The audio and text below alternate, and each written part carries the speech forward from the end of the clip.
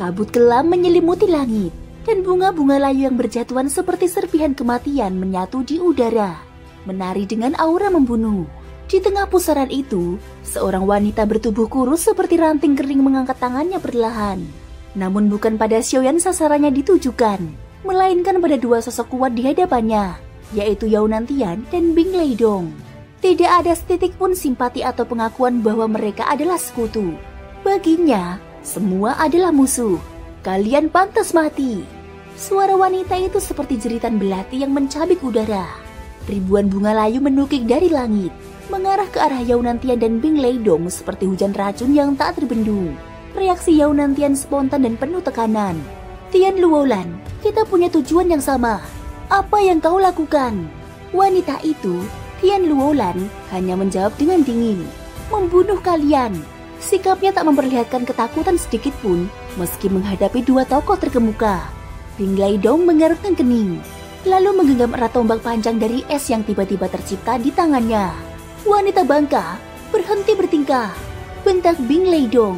Dengan sekali ayun, hawa dingin menyapu, membekukan ribuan bunga layu langsung meledak menjadi es tajam. Namun ledakan itu bukan akhir, melainkan awal dari kekuatan pembatas yang kembali menekan mereka. Bing Leidong dan Yao Nantian segera mundur cepat, mengeluarkan kekuatan untuk melindungi diri. Tian Luolan tidak benar-benar ingin bertarung, dia hanya menumpahkan amarahnya. Dia tahu, sendirian menghadapi dua musuh bukan pilihan bijak, apalagi mereka bertiga sebenarnya datang dengan tujuan yang sama, yaitu membunuh Xiaoyan. Menguras tenaga untuk berkelahi hanya akan menguntungkan musuh. Kita bertiga harus menyelesaikan ini dalam waktu sebatang dupa. Semakin banyak yang ikut campur, makin sedikit bagian yang akan kita dapat, kata Yao Nantian dengan dingin. Adapun yang dijanjikan penguasa Taisu, mereka jelas berkaitan dengan dunia sensi dan sangat menggoda. Dasar tua bangka keji, gumam Tian Luolan dengan kesal. Ya, simpan caciannya nanti. Kita bereskan dulu urusan kita, sahut Yao Nantian dengan tak berdaya. Tian Luolan akhirnya memalingkan pandangannya ke arah Xiaoyan. Di samping Xiaoyan, makhluk kecil seperti anjing dengan mata polos melirik ke sekeliling. Tidak mungkin, ratusan ribu formasi pengunci itu aku pasang sendiri. Bagaimana bisa dipecahkan semudah ini? Monster tua macam apa dia?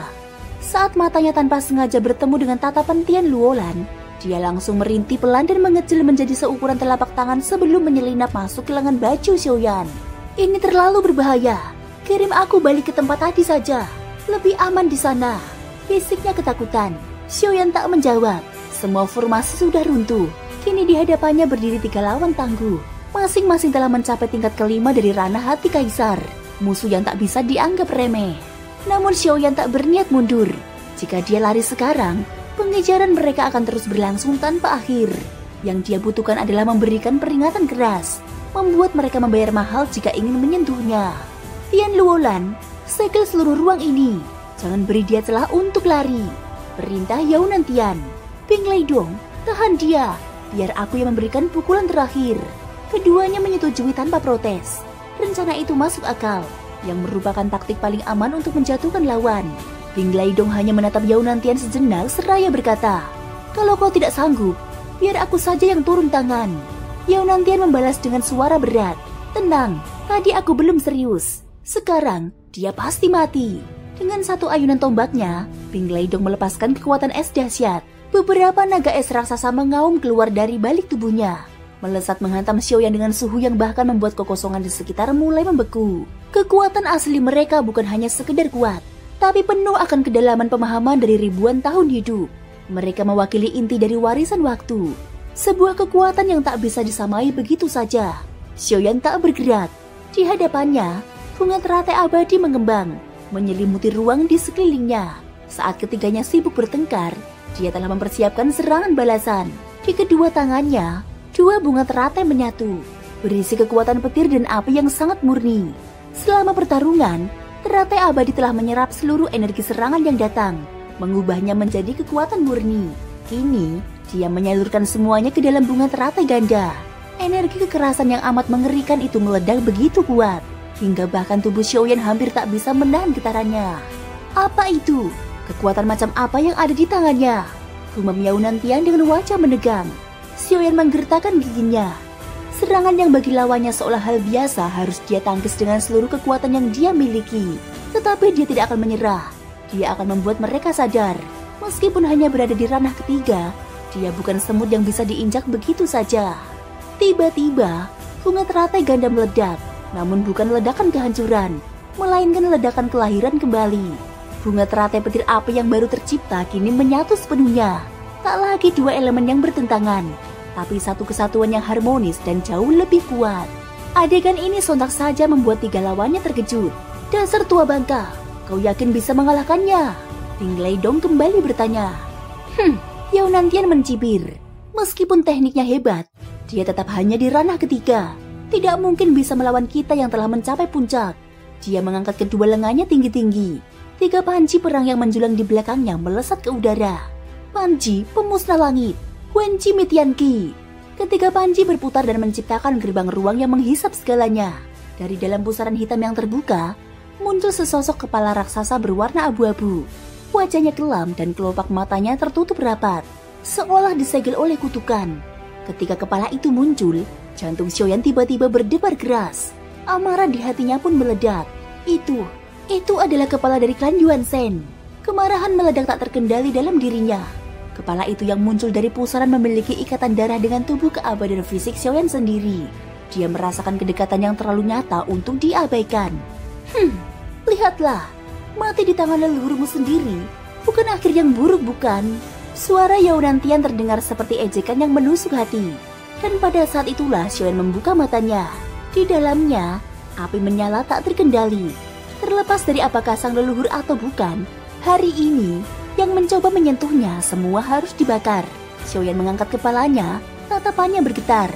Kekuatan garis keturunan yang terpancar darinya seolah-olah memiliki hubungan darah dengan klon Yuan Shen-nya. Ayah dari perwujudan klon Yuan Shen-ku ya. Xiaoyan samar-samar masih teringat segalanya dalam ingatan itu. Segala sesuatu yang pernah dilihatnya. Ia masih mengingat nama Raja Zuo, raja dari klan Yuan Shen.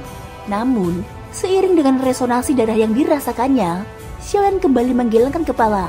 Jika ini benar-benar Raja Zuo, tekanan yang dia pancarkan seharusnya jauh lebih menakutkan. Lebih tepatnya, sosok itu tampaknya adalah saudara dari ayah avatar Yuan Shen. Tetap saja masih termasuk kerabat darah yang sangat dekat. Itulah sebabnya Xiaoyan merasakan kebencian yang begitu kuat dan membara. Sambil menatap kepala raksasa yang muncul di atas langit, Xiaoyan tak kuasa untuk tidak mendesah. Seiring dengan keruntuhan dunia tanpa batas, ras Yuan Shen yang dulu begitu angkuh dan tak terkalahkan, saat dilihat kembali kini, tanpa pengecualian mayat mereka telah dijadikan boneka atau dijadikan harta serangan yang luar biasa.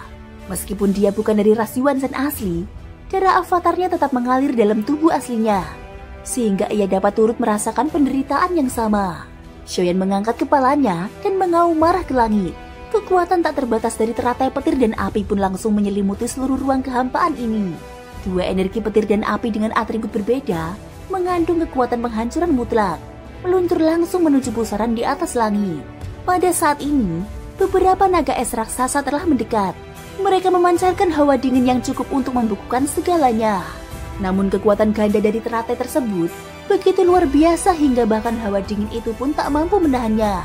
Memiliki begitu banyak kekuatan asal, ternyata memang ada sesuatu padamu. Hati es jiwa beku, majulah.